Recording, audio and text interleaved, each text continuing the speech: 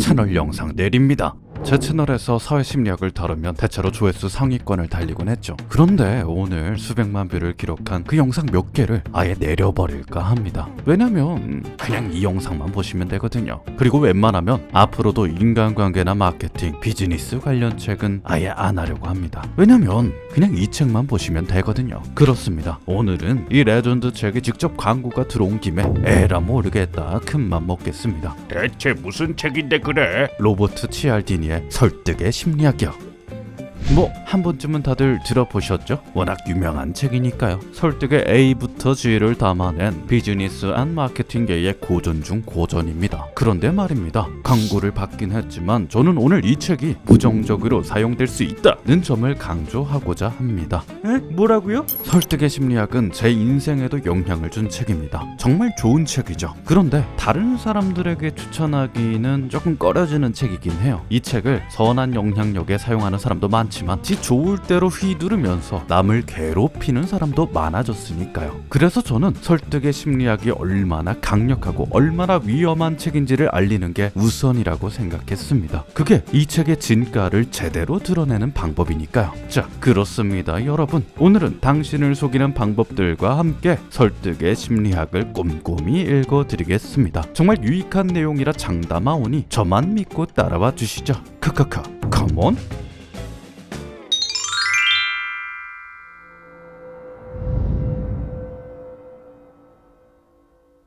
지난 8월 LA에서 떼도둑 100명이 편의점에 들어와 미친듯이 도둑질을 하는 난장판이 벌어졌습니다. 영상을 직접 보시면 이게 황건적인가 알리바바 도적단인가 싶죠. 그런데 말입니다. 도둑들의 얼굴을 살펴보니 활짝 웃고 있네요. 오잉? 놀랍게도 그들은 범죄 집단이 아니었습니다. 집단으로 약에 취한 것도 아니었어요. 그냥 편의점 주변에서 플래시몹 공연을 하던 일반인들이 흥분감을 주체 못하고 편의점까지 털게 된 것이죠. 뭐 이해가 안 되시죠? 그런데 이거야말로 다원적 무지의 무서움을 단적으로 보여주는 예시입니다. 옆 사람도 그 옆에 있는 사람도 괜찮다고 동조하는 상황에서 판단력을 잃게 되는 것이죠. 자, 88년 싱가포르 지방은행에서도 비슷한 일이 생겼습니다. 당시 은행 앞에는 버스 정류장이 있었다는데요. 하루는 버스 파업 때문에 버스 줄이 밀리기 시작했답니다. 그런데 이 줄을 은행 대기줄로 착각한 사람들이 뭐야? 은행 망하는 거 아니야? 광적으로 예금을 인출하기 시작했죠. 사태는 걷잡을 수 없이 커져서 은행은 파산 직전까지 가게 되었고 결국 샤터를 내릴 수밖에 없었다 합니다.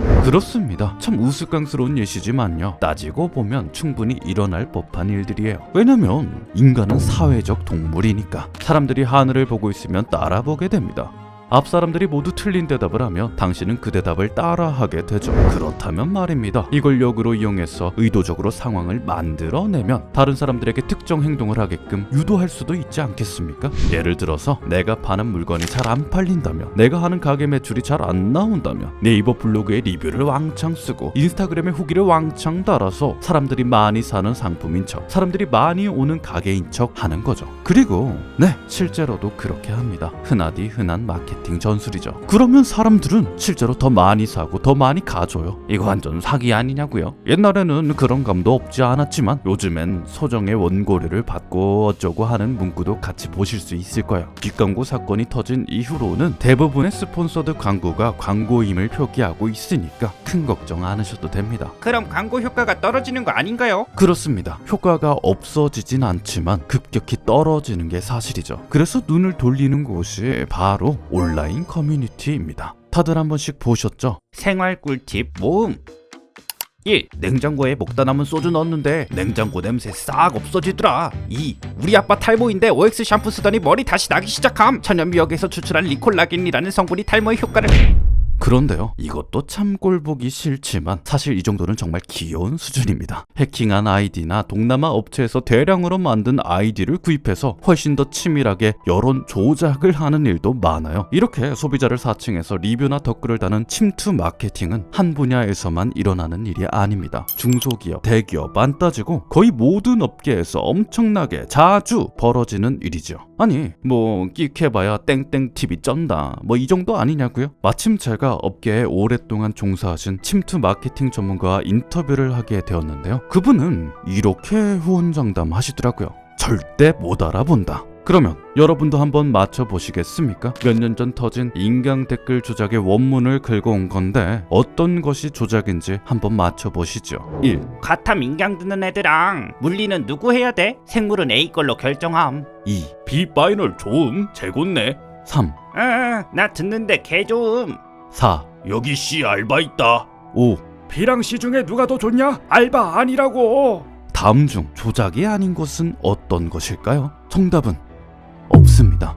1, 2, 3, 4, 5 모두 바이럴입니다. 네, 우리는 진짜와 가짜를 구분할 수 없어요. 들키면 브랜드 이미지에 치명적이거든요. 그걸 기업도 마케터도 다 알아요. 최근 소비자들이 이를 밝혀내기 위해 혈안이 되어 있는 만큼 침투 마케팅은 그에 맞춰서 훨씬 더 치밀하고 악랄하게 진화하고 있죠.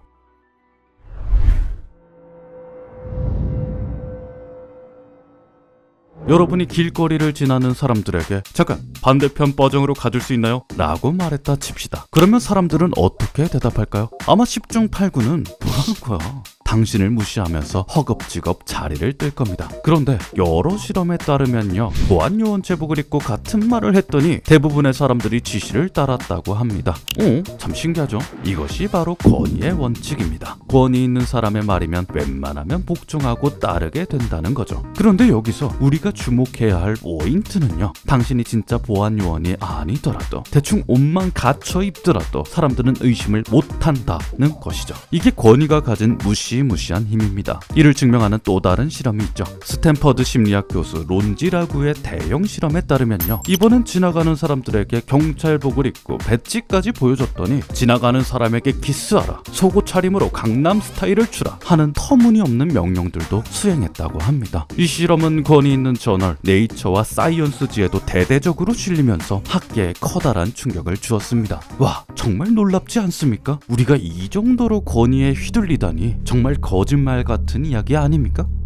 네, 거짓말 맞습니다. 물론 보안요원 얘기는 실제로 있었던 실험이지만 론지라구 교수의 실험은 거짓말이랍니다. 한번 뒤집어서 읽어보시죠. 숙여 구라지롱.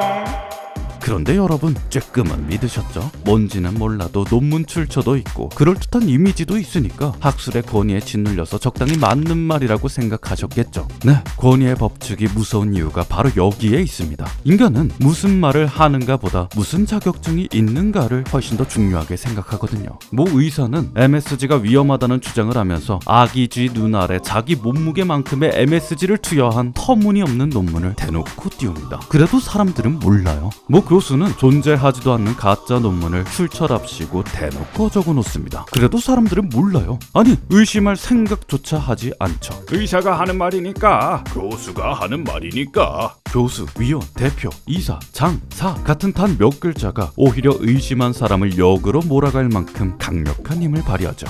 이런 게 가장 흔한 분야가 바로 책입니다. 오늘 여러분에게 진실의 장막을 걷어드리죠. 서점에 가서 10권을 집어들면요, 그중 한 권은 꼭 이런 식으로 권위의 구라를 칩니다. 10%면 생각보다 좀 많죠. 책은 구성상 가장 먼저 저자의 이력이 눈에 들어옵니다. 그런데 이 공간이 비는 게 그렇게 부끄러운 모양이죠. 가벼운 경력 부풀리기는 좀 제외하더라도 아예 그럴듯한 이름의 페이퍼 컴퍼니를 가족 명의로 설립한 다음 없던 협회, 없던 법인, 없던 자격증, 없던 상까지 만들어서 땡땡 선정 2021년 올해의 기업인, 법인 11개를 운영하는 대표이사 같이 그럴듯한 타이틀을 만들어내는 정신 나간 저자들이 많습니다. 그러고 보면 그런 책이 꼭 베스트셀러가 되더라고요. 아니, 제 말이 거짓말 같으시다고요? 그렇습니다. 제 말이 거짓말일 수 있죠. 그러니까 앞으로는 꼭 한번 확인해 보십시오.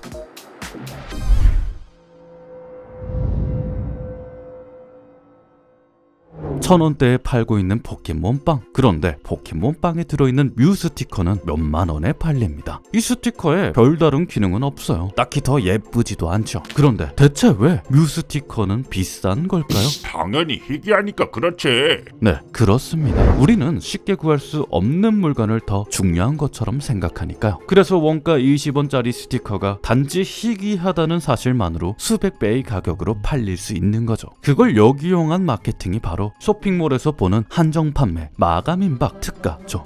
단지 저 글자를 붙이는 것만으로도 판매율을 무지막지하게 올릴 수 있으니까요. 그런데 문제는 정말 이름만 붙인 무한정판 제품들입니다. 특히 모바일 게임에서 아주 흔하게 일어나는 일이죠. 그런데요, 이걸 팔아 제끼는 사람들은 한정판이나 특가라는 이름을 붙이는 것에 조금의 죄의식도 없더라고요. 어차피 제품에 하자만 없으면 되지, 물건 잘 샀으면서 뭐가 문제냐는 논리로요. 그런데 에라이, 그게 무슨 개소리인가요? 포켓몬빵을 까는 족족 뮤스티커가 나온다면 대체 누가 5만원의 뮤스티커를 삽니까? 소비자는 그 물건 자체보다도 희소성의 가치를 부여해서 지갑을 여는 것임을 뻔히 알고 있으면서도 이걸 제품에 하자가 생겼다 보지 않으면 대체 뭐란 말입니까?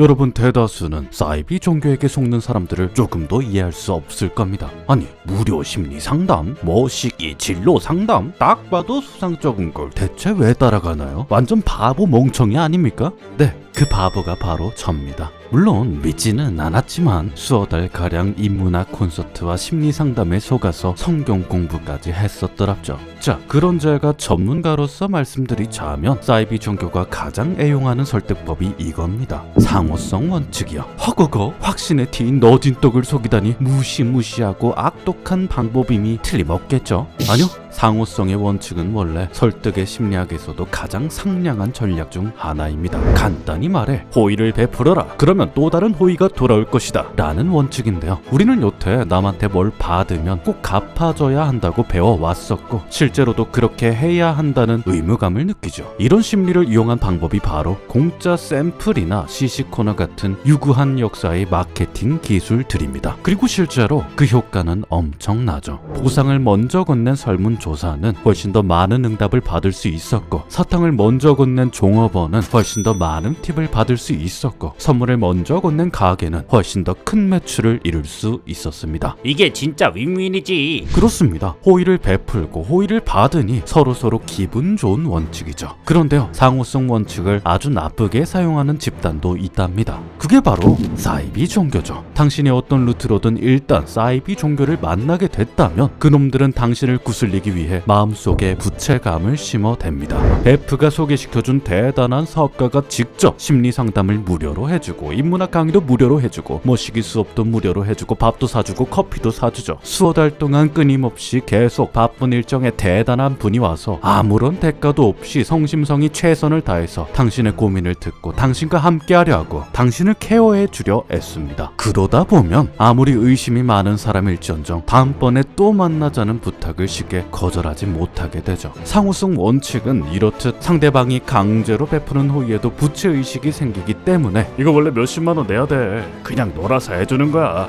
가짜 호의를 양껏 받은 피해자는 더할 나위 없는 의무감을 느끼게 됩니다. 다음에도 나와. 세상은 이렇게나 비열해졌습니다.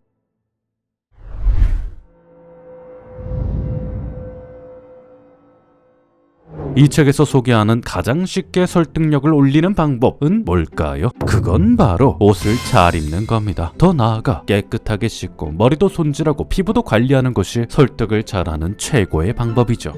그렇습니다. 설득의 심리학 그 마지막 원칙은 바로 호감 원칙입니다. 내용은 간단합니다. 우리는 필히 우리가 좋아하는 사람 말에 훨씬 더 쉽게 설득당한다는 말이죠. 그런데 말입니다. 호감도라는 게 꼭 오래 보아야만 잘해 주어야만 올라가는 게 아니랍니다. 예쁘거나 잘생기거나 매력적이고 단정한 외모를 갖추는 것만으로도 호감도는 쭉쭉 올라가죠. 뻔한 말이네. 그런데요, 여러분, 사회심리 연구들을 살펴보면 아시겠지만 그 정도가 우리 생각보다 훨씬 더 심각합니다. 최신 연구에서도 끊임없이 증명됐듯 우리는 외모만 가지고 사람 자체를 평가합니다. 겉모습이 괜찮으면 더 똑똑할 거라 판단했고, 더 나아가 능력 있고 친절하고 정직한 사람일 거라고 생각했답니다. 법을 집행하는 과정에서도 호의적인 판결을 받을 가능성이 아주 높았습니다. 학력, 경력, 능력이 뛰어난 구직자보다 채용률이 훨씬 더 높게 나타났으며 급여 또한 높았다고 하죠. 뿐만 아닙니다. 위급 상황에서도 도움을 더 많이 받았고 무리한 행동을 해도 지적을 덜 받았고 수많은 사람에게 더 높은 설득력을 발휘했습니다. 그런데 재밌는 게 뭔지 아십니까? 실험 참가자 대다수는 스스로의 판단에 외모가 영향을 미쳤다 살았다는 사실을 조금도 인정하지 않았다는 것이죠. 하지만 여러분, 오히려 인정을 하셔야 합니다. 모든 설득의 원칙은 속고 있다는 걸 눈치채는 순간 그 효과가 반감이 된다는 사실을 명심하세요. 그러고 나서 쿨하게 인정합시다. 외모야말로 우리가 가장 많이 속아 넘어가는 요소라는 걸요. 외모가 괜찮으면 사랑을 많이 받아서 인성이 좋다. 라는 말과 외모가 괜찮으면 대우를 많이 받아서 싸가지가 없다.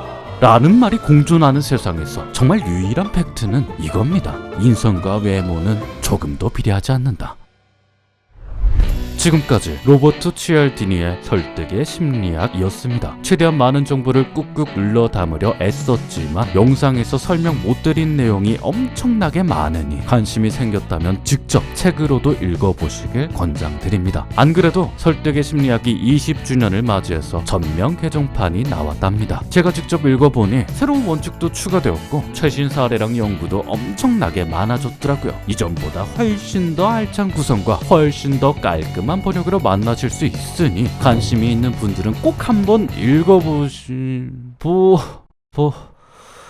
보시기 전에 주제가 주제이니만큼 다시 한번 당부드리고 싶습니다. 설득은 윤리적이어야 합니다. 네, 이 말은 책을 쓴 치알디니 교수도 몇 번이고 강조하는 말이죠. 단순 효과만 따져도 그렇습니다. 영상 내내 말씀드렸잖아요. 속임수인 걸 들키는 순간 효과가 반감되고 반발감이 생긴다고. 당신이 온갖 원칙을 거짓으로 꾸며낸다면 당장이야 큰 효과를 볼 수 있겠지만요. 그게 허울임이 들통나는 순간 순식간에 바닥으로 내리꽂히게 될 겁니다. 하여 저는 이 설득의 원칙들이 수단이 되어서는 안 된다고 생각합니다. 그 자체로 목적이 되어야 하죠. 결국 모든 법칙들을 정리하고 보면 가장 설득을 잘하는 법은 바로 사람들에게 친절과 호의를 베풀고 자기 일을 열심히 하면서 인정과 사랑을 받고 신뢰를 바탕으로 한 굳건한 토대 위에서 좋은 사람이 되는 것일 테니까요. 이 책을 읽는 건 좋습니다. 그 대신 원칙들을 써 나가면서도 항상 최종 목적지를 염두에 두십시오. 어떠한 경우에도 진심을 놓지 말아 주십시오. 설득의 원칙이 일상에 녹아들어 삶에 자연스럽게 표출될 때